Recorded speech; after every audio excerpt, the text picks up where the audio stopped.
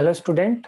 तो आज हम बायोमोलिक्यूल्स का एक अगले पार्ट को पढ़ते हैं और ये है प्रोटीन्स और अमाइनो एसिड्स। तो प्रोटीन्स और अमाइनो एसिड के जब हम बायोमोलिक्यूल्स को पढ़ेंगे तो इनमें दोनों ही चीजों को हम अलग अलग पढ़ना पड़ेगा। प्रोटीन को अलग पढ़ेंगे और अमाइनो एसिड्स को अलग पढ़ेंगे। तो आज की वीडियो में हम देखेंगे अमाइनो एसिड्स के बारे में, इसका इंट्रोडक्शन और इसका क्लासिफिकेशन। ठीक है, introduction is including the protein and amino acid both. दोनों का इंट्रोडक्शन लगभग एक जैसा है। ठीक है, क्लासिफिकेशन अलग अलग होगा, केमिकल प्रॉपर्टीज अलग अलग होंगी। ठीक है, बायोलॉजिकल रोल दोनों के मिक्स रहेंगे। ठीक है, तो हम इसमें जब इस बायोमोलिक्यूल को पढ़ते हैं तो ये एक कार्बोहाइड्रेट लिपिड के बाद ये भी एक बड़ा बायोमोलिक्यूल है। इसके बाद हमारा एक बायोमोलिक्यूल बचेगा न्यूक्लिक एसिड, वो बहुत छोटा सा है, उसमें हमको ज्यादा डिटेल आउट नहीं करना रहता।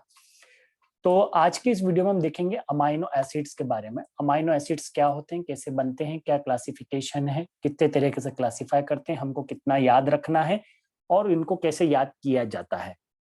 ठीक है, तो इस पूरे वीडियो में हम इसी को समझेंगे। तो स्टार्ट करते हैं हम इंट्रोडक्शन ऑफ अमाइनो एसिड से या प्रोटीन के। तो protein in the 1839 the Dutch scientist D.H. Mudler, while investigating the certain compound substance as those of found in the milk, egg, they found could be coagulated some material जो कि heating पे coagulate हो रहा था।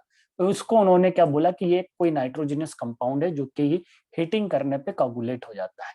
ये तक कब की बात है, ये 1839 की बात है। ठीक है, तो protein are the most abundant organic molecule in the living system. हमारे बॉडी में कार्बोहाइड्रेट, लिपिड, प्रोटीन जो है सबसे ज्यादा मिलते हैं। ठीक है, तो प्रोटीन हमारा पूरा स्ट्रक्चर बिल्डिंग में काम करता है। तो हमारे जो ईंट पत्थर हमारे इसमें लगे हुए हैं हमारे बॉडी में, जो ईंट का काम करता है वो क्या है, वो प्रोटीन ही है। So they occurs in every part of the cells and constitute about 50% of the cellular dry weight. ठीक है, proteins forms the fundamental basis, structure and function of the life. The term protein is derived from the Greek word that is proteos, meaning the first place.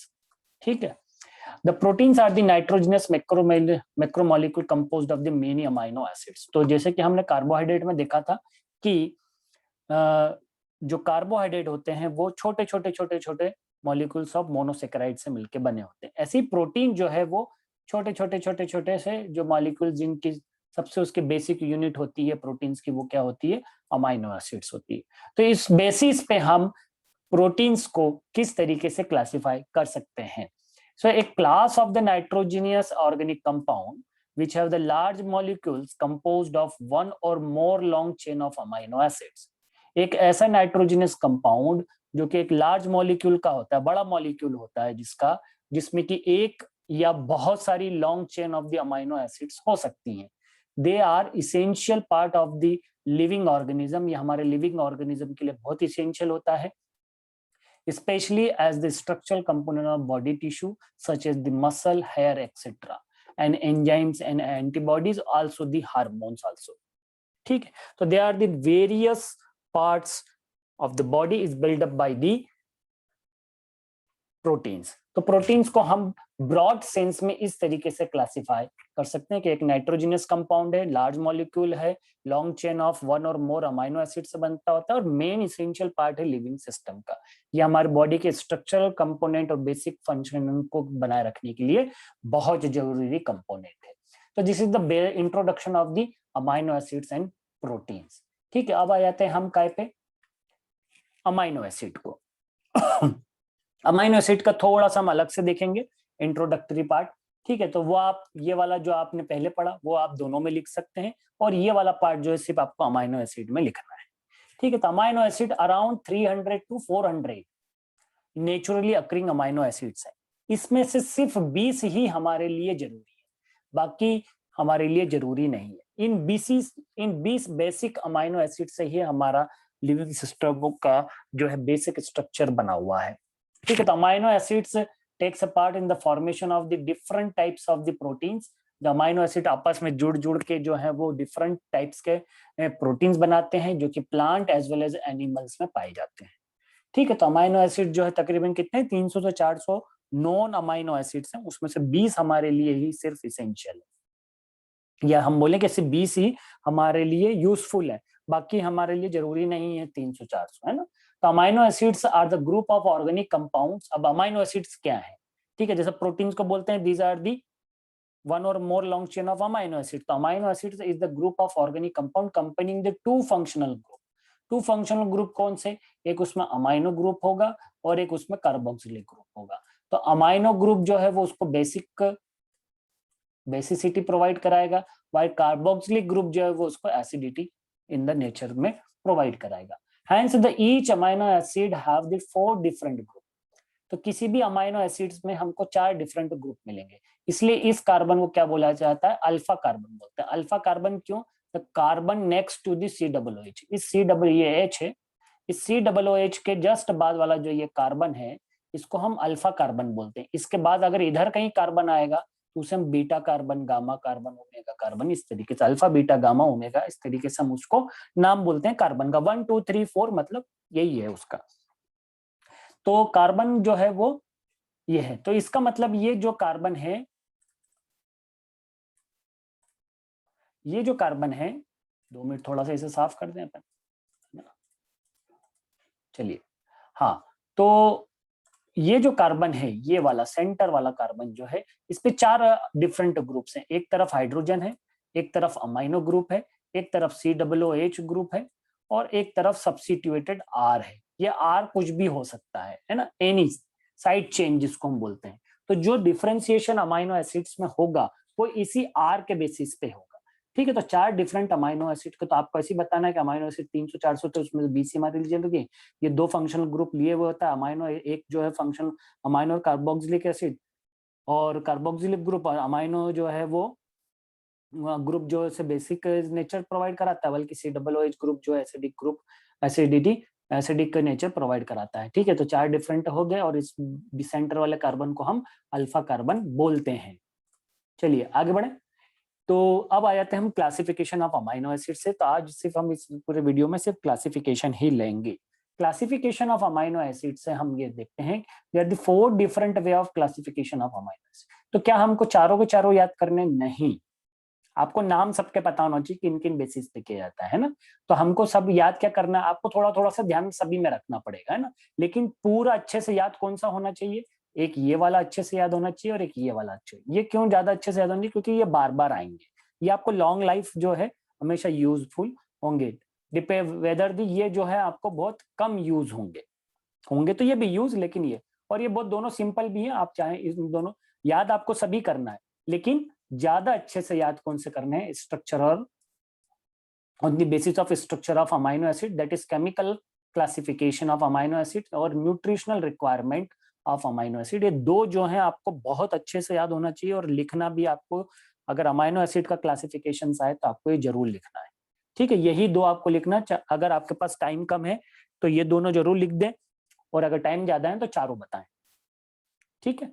तो exam point of view से तो बता रहा हूं मैं आपको। तो अपन हम सबसे पहले स्टार्ट करेंगे कौन सा, the classification based on the chemical nature. चलिए तो हम केमिकल नेचर से स्टार्ट करेंगे। चारों में से आपको चारों को कंपलसरी नहीं है लिखना कि हमको चारों ही या लिखना है, लेकिन दो जो है वो आप बिल्कुल याद रखें, पहला और थर्ड वन वाला, ठीक है, तीसरे नंबर का।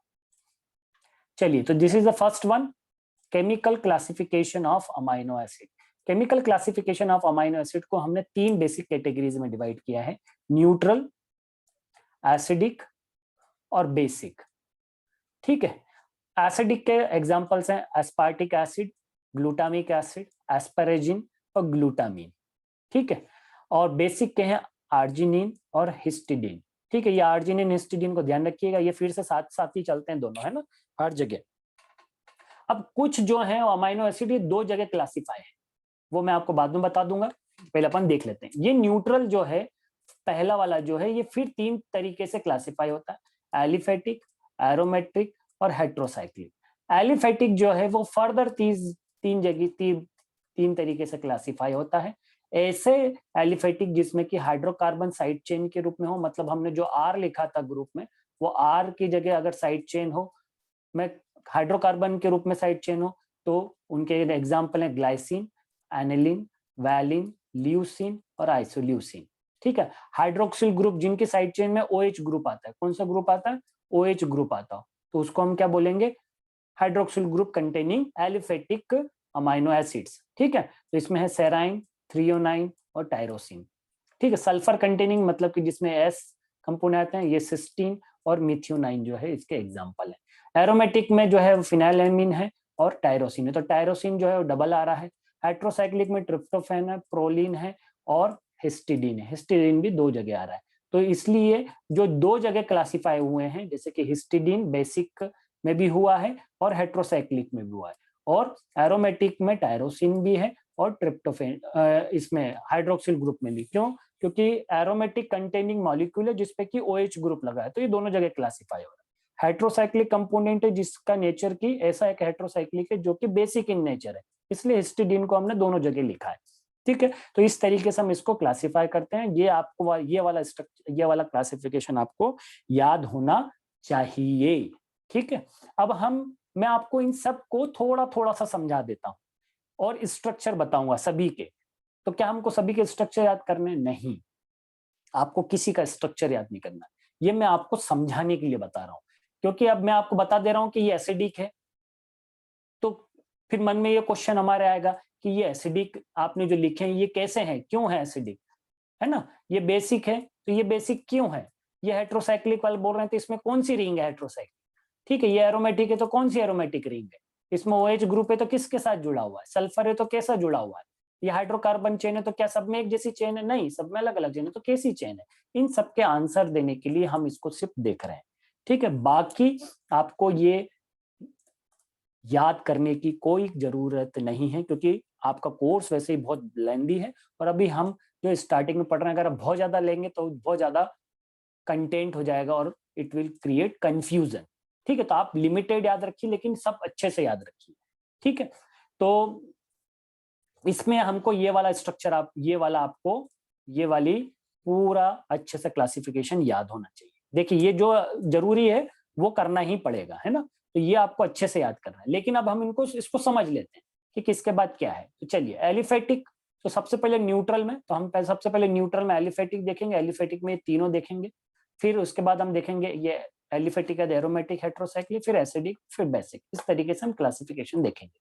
तो न्यूट्रल में सबसे पहले आ जाता है एलिफेटिक। एलिफेटिक में सबसे पहले हाइड्रोकार्बन कंटेनिंग साइड चेन, तो जिसमें हमारा साइड चेन मतलब यहाँ पे ये जो है साइड चेन आपकी, जहाँ पे एलिफेटिक नेचर, तो सबसे पहले ग्लाइसिन, एलिनिन, वेलिन, ल्यूसिन और आइसोल्यूसिन।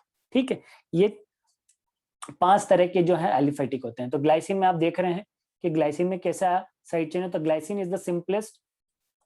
ठीक है, तो ये CH2 हो जाएगा, NH2 CH2 COOH, तो ये ग्लाइसिन होता है। अब इसमें CH3 होगा तो एनिलीन हो जाएगा। ठीक है, और रिंग आइसोप्रोपाइल बनेगा तो ये वेलिन हो जाएगा। ठीक है, ल्यूसिन में और कार्बन चेन बढ़ गई इसमें, और ल्यूसिन और आइसोल्यूसिन में सिर्फ थोड़ा सा डिफरेंस है। ये वाला जो CH3 है वो आइसोल्यूसिन में यहाँ पे लगा हुआ है, सिर्फ इस चीज का डिफरेंस है। ये 2 स्ट्रक्चरल डिफरेंस है ल्यूसिन और आइसोल्यूसिन में। तो हम यहाँ पे देख रहे हैं कि इन सभी की साइड चेन में, यहाँ पे हमने R लिखा था, जहाँ पे हमने ये R लिखा था basic structure of amino acid में, वहां पे सब जगह क्या है? एलिफेटिक साइड चेन है। इसलिए हम इन सभी अमाइनो एसिड्स को एलिफेटिक अमाइनो एसिड में क्लासिफाई किए हैं। और एलिफेटिक अमाइनो एसिड में भी कौन से? जिसमें कि हाइड्रोकार्बन जो है साइड चेन के रूप में प्रेजेंट है। चलिए नेक्स्ट आ जाते हैं। अब सेकेंड टाइप का हो जाएगा हमारा OH ग्रुप कंटेनिंग। तो OH ग्रुप या hydroxyl group containing amino acid जो कि एलिफेटिक इन नेचर है, यह है सेराइन, थ्रियोनाइन और टायरोसिन। ठीक है, लेकिन टायरोसिन जो है वो एलिफेटिक नहीं है। ठीक है, ये कैसा है? एरोमेटिक है, लेकिन OH ग्रुप कंटेनिंग है ना? तो आप इसको दोनों तरफ लिख सकते हैं। ठीक है, क्योंकि OH ग्रुप है इसके साइड चेन में, है ना, इसलिए हम लिख रहे हैं, इसके बेसिस पे नहीं देख रहे हैं हम। ठीक, तो इसमें हम देख रहे हैं कि अगर हम एनालिन के देखें, जैसे आप एनालिन में देखेंगे, आप ये एनालिन के CH3 है। ठीक है, इसकी जगह आप CH3 की जगह CH2OH कर दें तो सेराइन हो जाता है। ठीक है, सेराइन में एक CH3 ग्रुप और बजाएंगे तो थ्रियोनाइन हो जाएगा। तो सेराइन और थ्रियोनाइन जो है लगभग ऐसे। टायरोसिन में एक फिनोलिक ग्रुप जो है वो अटैच हो जाता है, तो वो टायरोसिन कहलाता है। अब आ जाता है थर्ड वन था हमारा सल्फर कंटेनिंग। तो सल्फर कंटेनिंग में दो थे, सिस्टीन और मिथ्योनाइन। तो सिस्टीन और मिथ्योनाइन में एक यहाँ पे CH ग्रुप है और यहाँ पे एक सल्फर ग्रुप है मिथ्योनाइन में। तो इस तरीके से हम देख रहे हैं कि साइड चेन में किस तरीके से डिफरेंट ग्रुप प्रेजेंट है, उस हिसाब से हम इनका क्लासिफिकेशन कर रहे हैं। चलिए नेक्स्ट वन। तो अब हो गए एलिफेटिक के तीनों तरह के हो गए। अब हमारे न्यूट्रल में बचे हैं दो, एरोमेटिक और हाइड्रोसाइक्लिक। तो एरोमेटिक में हम देखते हैं फिनाइलेनिन और टायरोसिन।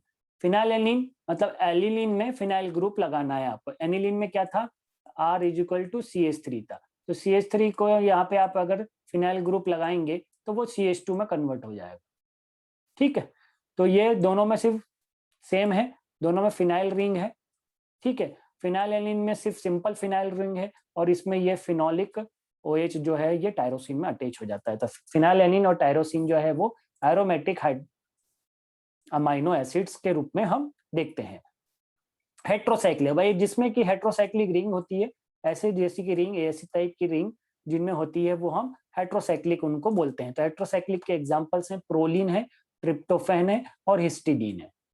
ठीक है, हेट्रोसाइक्लिक अमाइनो एसिड के एग्जांपल है प्रोलिन, ट्रिप्टोफैन और हिस्टिडीन। तो ट्रिप्टोफैन में हम ये जो देख रहे हैं ये एक इंडोल न्यूक्लियस है। ठीक है, हेट्रोसाइक्लिक में इंडोल न्यूक्लियस है, ये इमिडाजोल न्यूक्लियस है। ठीक है, सब CH2 से जुड़ा हुआ है, देखिए बस, है ना, बेसिक स्ट्रक्चर सबका लगभग ऐसा ही है। और ये प्रोलिन जो है टोटली डिफरेंट है। इस प्रोलिन में हुआ क्या है एक्चुअली, ये जो हमने इस तरीके से लिखा था एक मॉलिक्यूल शुरू में, ऐसा ध्यान है आपको, है ना। तब इसमें हुआ क्या है, ये साइक्लिक खुद ही हो गया है आपस में, है ना, इसको इम्यूनो ग्रुप बोलते हैं। इसमें क्या हुआ, ये जो साइड चेन थी ये हमारा बेसिक स्ट्रक्चर है। अब इसमें ये जो साइड चेन थी, ये साइड चेन इस NH2 से बॉन्ड बना लिए। तो ये जो साइड चेन है ये नाइट्रोजन की, ये वाला नाइट्रोजन है। ठीक है, और ये वाली ये यहाँ की साइड चेन है, ये साइड चेन, ये हाइड्रोजन ऐसा कैसा ही है, ये हाइड्रोजन ये है, COOH ग्रुप ये है। तो इसमें जो हुआ क्या हुआ है, इसमें ये जो इसका नाइट्रोजन था, जो ये नाइट्रोजन जैसा आप यहाँ देख रहे हैं, तो ये नाइट्रोजन जो है उसने उसी के यहाँ से इसका बॉन्ड बना लिया है। तो ये जब यहाँ पे ऐसे घूम के इसने ऐसा बॉन्ड बना लिया। ठीक है, और बाकी हाइड्रोजन ऐसा कैसा ही है, जैसे कि यहाँ हाइड्रोजन देख रहे हैं, COOH ग्रुप ऐसा ही कैसे ही है जैसे कि हम यहाँ देख रहे हैं। तो प्रोलिन जो है वो totally unique type of ring जो है लिए होता है, जिसको हम बोलते हैं पायरोलिडिन रिंग। कौन सी रिंग बोलते हैं, पायरोलिडिन। इसको इम्यूनो ग्रुप के रूप में भी क्लासिफाई किया जाता है। ठीक है, तो ये सब केमिकल हमने क्लासिफिकेशन देख लिया। तो ये हमारे सभी एरोमेटिक, एलिफेटिक और हेट्रोसाइक्लिक टाइप के क्लासिफिकेशन हो गए इन न्यूट्रल में। अब आ जाते हैं हम एसिडिक में। तो एसिडिक में हमने देखे थे 4-5 तरीके के नाम। तो एसिडिक में आ जाएंगे एस्पार्टिक एसिड। तो एस्पार्टिक एसिड में क्या है, CH2COOH ग्रुप है। अब ये बीटा कार्बन है और ये अल्फा कार्बन है। अल्फा कार्बन मतलब जो कि मेन कार्बोक्सिलिक ग्रुप के बिल्कुल पास वाला कार्बन, इसको हम अल्फा नहीं देंगे क्योंकि ये सब्स्टिट्यूशन में आया है। ठीक है, मेन उसका बेसिक स्ट्रक्चर अमाइनो एसिड का ये है, तो ये अल्फा कार्बन है और ये बीटा कार्बन। एस्पर्जिन में क्या होगा, एस्पर्जिन में एक अमाइड लिंकेज है, इसलिए हमने यहाँ पे क्या लिखा है, देयर अमाइड्स। तो एसिड जो है उनके डेरिवेटिव कौन होते हैं, अमाइड्स होते हैं। तो ये अमाइड लिंकेज यहाँ पे बना है, इसलिए हम इसको यहाँ पे बता रहे हैं। ठीक है, तो ग्लूटामिन और एस्पर्जिन में सिर्फ क्या डिफरेंस है, एक CH2 मॉल का डिफरेंस है। इसमें भी क्या डिफरेंस है, सिर्फ एक CH2 का डिफरेंस है। ग्लूटामिक एसिड और एस्पार्टिक एसिड दोनों एक जैसे हैं, एस्पर्जिन और ग्लूटामिन जो है वो एक जैसे हैं। तो एस्पर्जिन और ग्लूटामिन अमाइड लिंकेज वाले ग्रुप हैं, दोनों एसिडिक हैं।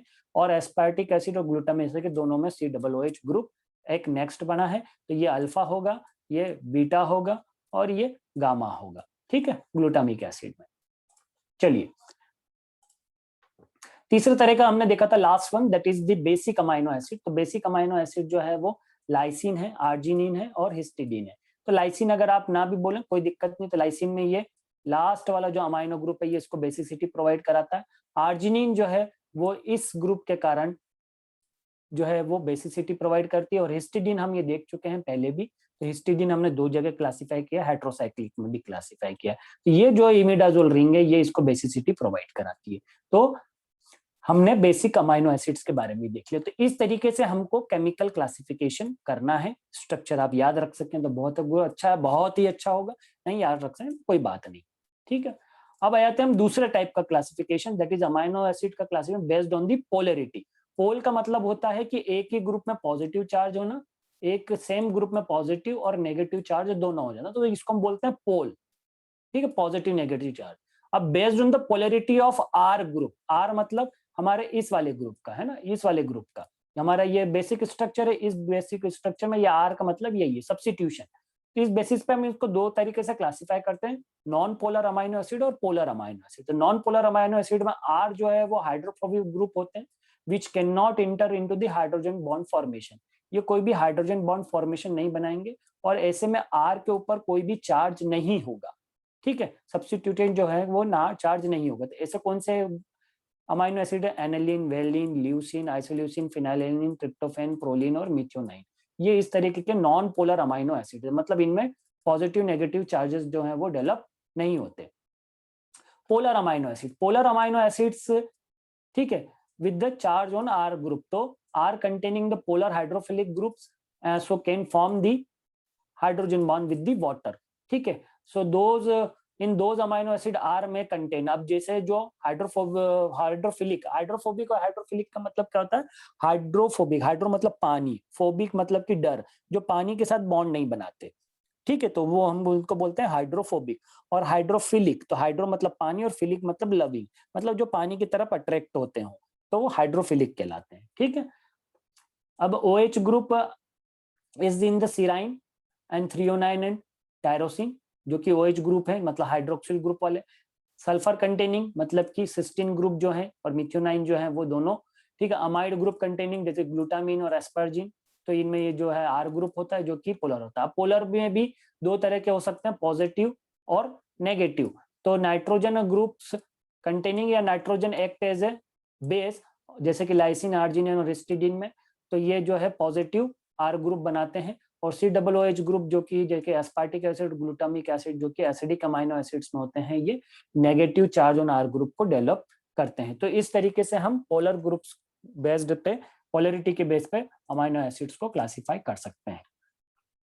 अब ये वाला क्लासिफिकेशन आपको याद रखना, न्यूट्रिशनल बेसिस, ये बार बार आता है, बहुत कॉमन है, ये केमिकल क्लासिफिकेशन से भी ज्यादा कॉमन है और बार बार आपको यही पढ़ना पड़ेगा, न्यूट्रिशनल बेस्ड अमाइनो एसिड का क्लासिफिकेशन, इसलिए इसको आप जरूर याद करें। इसमें हम तीन तरीके से क्लासिफाई करते हैं अमाइनो एसिड को, पहला इसेंशियल और इनडिस्पेंसेबल अमाइनो एसिड्स, और दूसरा है नॉन इसेंशियल, और तीसरा है सेमी इसेंशियल। तो सेमी इसेंशियल को मैंने ऐसे यहाँ पे भी क्लास बताया है, लेकिन ये सेमी इसेंशियल को हम अलग से भी क्लासिफाई कर सकते हैं। तो टोटल हमने बोला था कि 300-400 अमाइनो एसिड होते हैं, उसमें से सिर्फ 20 ही हमारे लिए जरूरी होते हैं। तो 10 इसेंशियल होते हैं और 10 नॉन इसेंशियल अमाइनो एसिड होते हैं, इंक्लूडिंग दी सेमी इसेंशियल को भी अगर हम इसेंशियल कैटेगरी में कैलकुलेट करते हैं। अगर इन दोनों को अलग कर देंगे तो 8 ही हमारी इसेंशियल, प्योरली एब्सोल्यूट, मतलब बिल्कुल सिर्फ जो कि इसेंशियल होते हैं ये सेमी इसेंशियल हैं, आर्जिनिन और हिस्टिडीन, लेकिन बाकी जो हैं वो सभी 8 के 8 प्योरली इसेंशियल अमाइनो एसिड्स में आते हैं। तो इसका नाम आपको याद करना, amino acid which can not be synthesize in the body, जिन अमाइनो एसिड को हम बॉडी के अंदर खुद सिंथेसाइज नहीं कर सकते हैं वो सभी इसेंशियल हो जाएंगे। ठीक है, ये हमेशा ध्यान रखिएगा, जिन भी मैक्रोमोलिक्यूल्स को या बायोमोलिक्यूल्स को हम हमारे अंदर सिंथेसाइज नहीं करते वो सभी इसेंशियल कहलाते हैं, क्योंकि वो हम नहीं कर सकते, इसलिए हमारे डाइटरी सोर्स में वो होना जरूरी, ताकि वो हमारे शरीर में जाके काम कर सकें। हम जो खुद बना लेंगे उसके लिए हमको जरूरत ही नहीं है ना, बॉडी जो खुद बना लेगी। So need to be supplied through the diet and called the essential amino acid, they are required for the proper growth and maintenance of the individual। इनका नाम याद रखने के लिए कैसे याद रख सकते हैं? AV हिल MPTT, इसको याद कैसे रखना है? AV हिल MPTT, है ना। AV arginine, valine, histidine, isoleucine, leucine, lysine, methionine, phenylalanine, threonine, tryptophan. तो AV हिल MPTT की तरह से आप इसको याद रख सकते हैं। दो याद रखना, आर्जिनिन और हिस्टिडीन, ये हमने बेसिक अमाइनो एसिड में क्लासिफाई किए हैं, है ना। तो ये बेसिक अमाइनो एसिड में भी है और ये सेमी इसेंशियल अमाइनो एसिड्स भी हैं। अब इसी के उल्टा हम चलते हैं और बोलते हैं नॉन इसेंशियल अमाइनो एसिड। तो नॉन इसेंशियल अमाइनो एसिड ये भी 10 हैं, जो कि हमारी बॉडी को बाहर ये सोर्स पे डिपेंडेंट नहीं होती, बॉडी इसको खुद सिंथेसाइज कर लेती है। तो इसको नाम कैसे रखना? सागा CGPT, सागा CGPT, है ना, सागा CGPT। ऐसे याद रखना है। तो serine, alanine, glutamine, aspartate, glutamate, asparagine, ठीक है, सिस्टीन, ग्लाइसिन, थ्रियोनाइन और प्रोलीन। तो सागा सीजीपीटी की तरह से हम इसको याद रखना है। इसको हमने कैसे याद रखा था, इसके पीछे वाला एवी हिल एमपीटीटी, एवी हिल एमपीटीटी और सागागा सीजीपीटी की तरह से हम इसको नाम याद रख सकते हैं। ठीक है, ये शॉर्टकट से हम इसके नाम याद रख सकते हैं। अब दो हमने बोले हैं कि वो सेमी इसेंशियल होते हैं, तो दोनों सेमी इसेंशियल कौन से हैं, आर्जिनिन और हिस्टिडीन। ठीक है, तो ये ग्रोथ को प्रमोट करते हैं since they are not synthesize in sufficient quantity during the growth. ठीक है, तो ये शुरुआत में हमारी बॉडी में सिंथेसाइज नहीं होते हैं, लेकिन कुछ उम्र के बाद ये फिर हमारी बॉडी में खुद ही सिंथेसाइज होने लग जाते हैं, इसलिए इनको हमने सेमी इसेंशियल में बोला है। अब अगला जो है वो है हमारा क्लासिफिकेशन, वो है based on the metabolic fate. Metabolic fate का मतलब ये कि जो मेटाबॉलिज्म में है तो उसमें दोनों चीजें आती है, बनाना भी और तोड़ना भी।